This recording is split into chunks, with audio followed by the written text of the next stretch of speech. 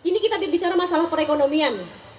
Di Sulsel perekonomiannya itu tumbuh pesat, bahkan pertumbuhannya bisa dibilang lebih melangkahi dari pertumbuhan nasional lah gitu Pak ya. Ya betul. Bapak sendiri menilainya bagaimana? Ya, saya kira ini adalah satu bukti keberhasilan para kepala daerahnya, bupati, wali kota, dan gubernurnya. Karena dia didukung penuh oleh masyarakatnya. Jadi fakta bahwa pembangunan daerah itu, pembangunan ekonomi itu tergantung daripada pimpinan daerahnya. Kalau daerahnya memiliki satu semangat kebersamaan, kepedulian, insya Allah pertumbuhan ekonomi seperti Sulawesi Selatan yang hampir mencapai 8,2%, ini adalah dapat diberikan kehormatan dan penghargaan dan pantas menjadi contoh untuk pembangunan dan kepala-kepala daerah lainnya yang ada di seluruh Indonesia. Pak, apa sih sebenarnya yang memotivasi Bapak untuk berkunjung ke daerah-daerah untuk mendengarkan langsung keluhan-keluhan masyarakat di daerah seperti itu, Pak? Ya, sama dengan kawan-kawan saya para bupati dan para wali kota dan gubernur lainnya. Dan kebetulan saya adalah pimpinan para bupati seluruh Indonesia. Maka saya ingin dengar secara langsung dan melakukan pengamatan secara langsung bagaimana kondisi masyarakat. Kalau di kota-kota udahlah, kita tidak usah terlalu dipikirkan. Bagaimana masyarakat yang jauh jangkauan dari sentuhan-sentuhan pembangunan.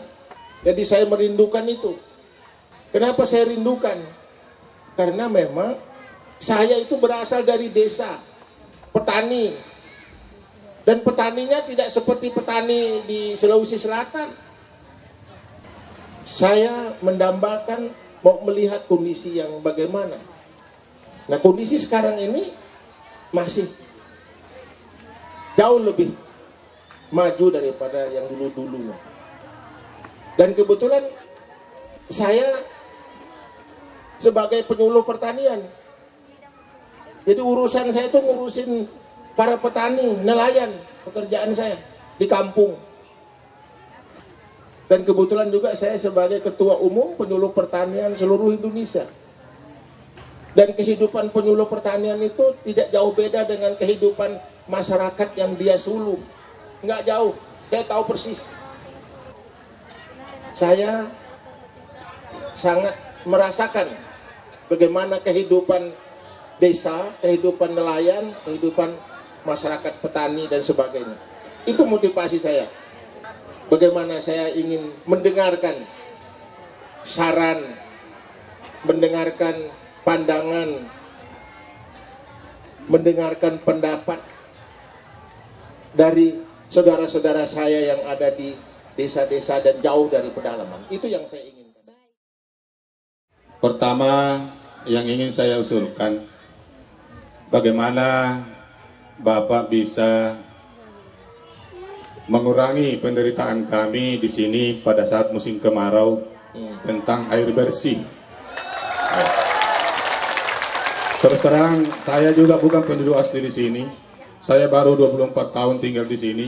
Dan selama itu, kami kalau musim kemarau tersiksa mengangkat air dengan jarak kurang lebih 10 kilo pp untuk mendapatkan air bersih. Sebab itu melalui kesempatan ini mohon dibantu pemerintah Maros untuk memasukkan air bersih ke sini, Pak. Ya. Kemudian yang kedua, untuk nasib para nelayan, karena 90% penduduk Pajukukang ini adalah nelayan. Ya seperti Bapak tadi bilang, ini kapal-kapal yang sering dilihat di Kalimantan itu betul, bahwa kemarin sudah berangkat sebagian ke Kalimantan, dan yang tinggal ini kira-kira 50% lagi, mungkin besok lusa akan menyusul.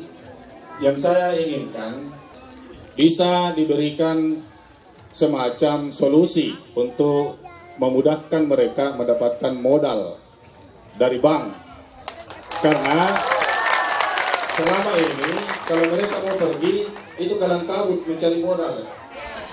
Ya, saya mengusulkan mungkin bisa ditunjuk satu bank yang bisa memudahkan mereka mengurus untuk mendapatkan modal dan jamin ya tanpa agungan yang terlalu memberatkan.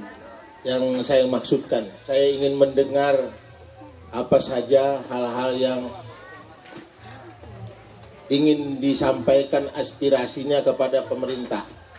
Tentu yang pertama, semua harapan ini akan saya komunikasikan dengan Bapak Bupatinya.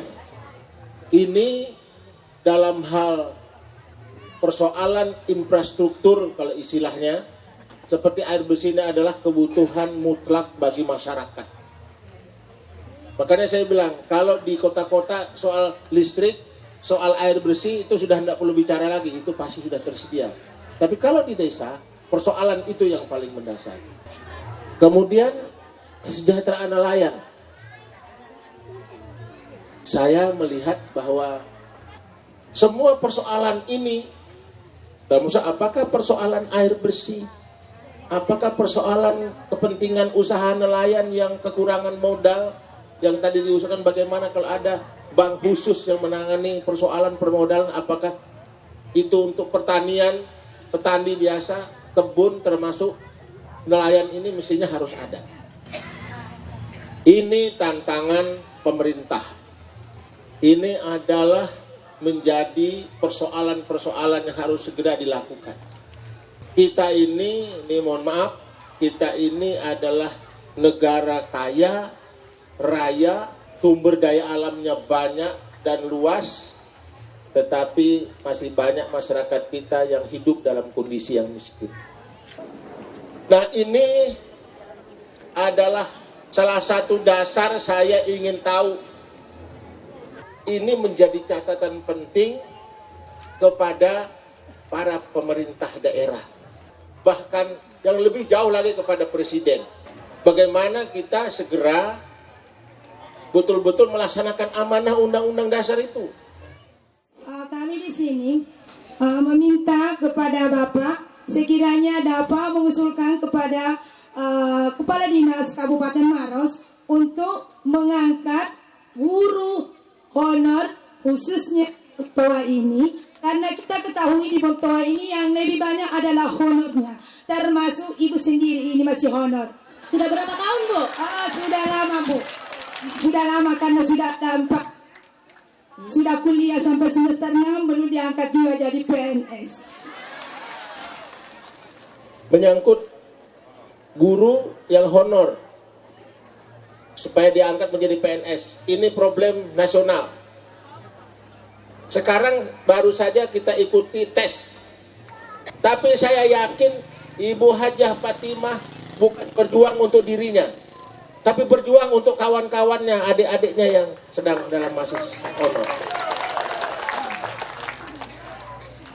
Nah, ada lagi satu hal, soal sertifikasi guru yang belum dibayar tunjangannya. Juga ini adalah persoalan secara nasional. Saya sudah sampaikan ini kepada Presiden secara tertulis supaya segera membayar guru yang sudah memiliki sertifikat, tapi sekarang belum dibayar. Ini adalah menurut saya sudah susah ngomong karena ini sudah merupakan pelanggaran undang-undang. Silakan berfoto bersama, ini satu kesempatan yang langka. Pak Izanur nggak mau jauh-jauh dari istrinya.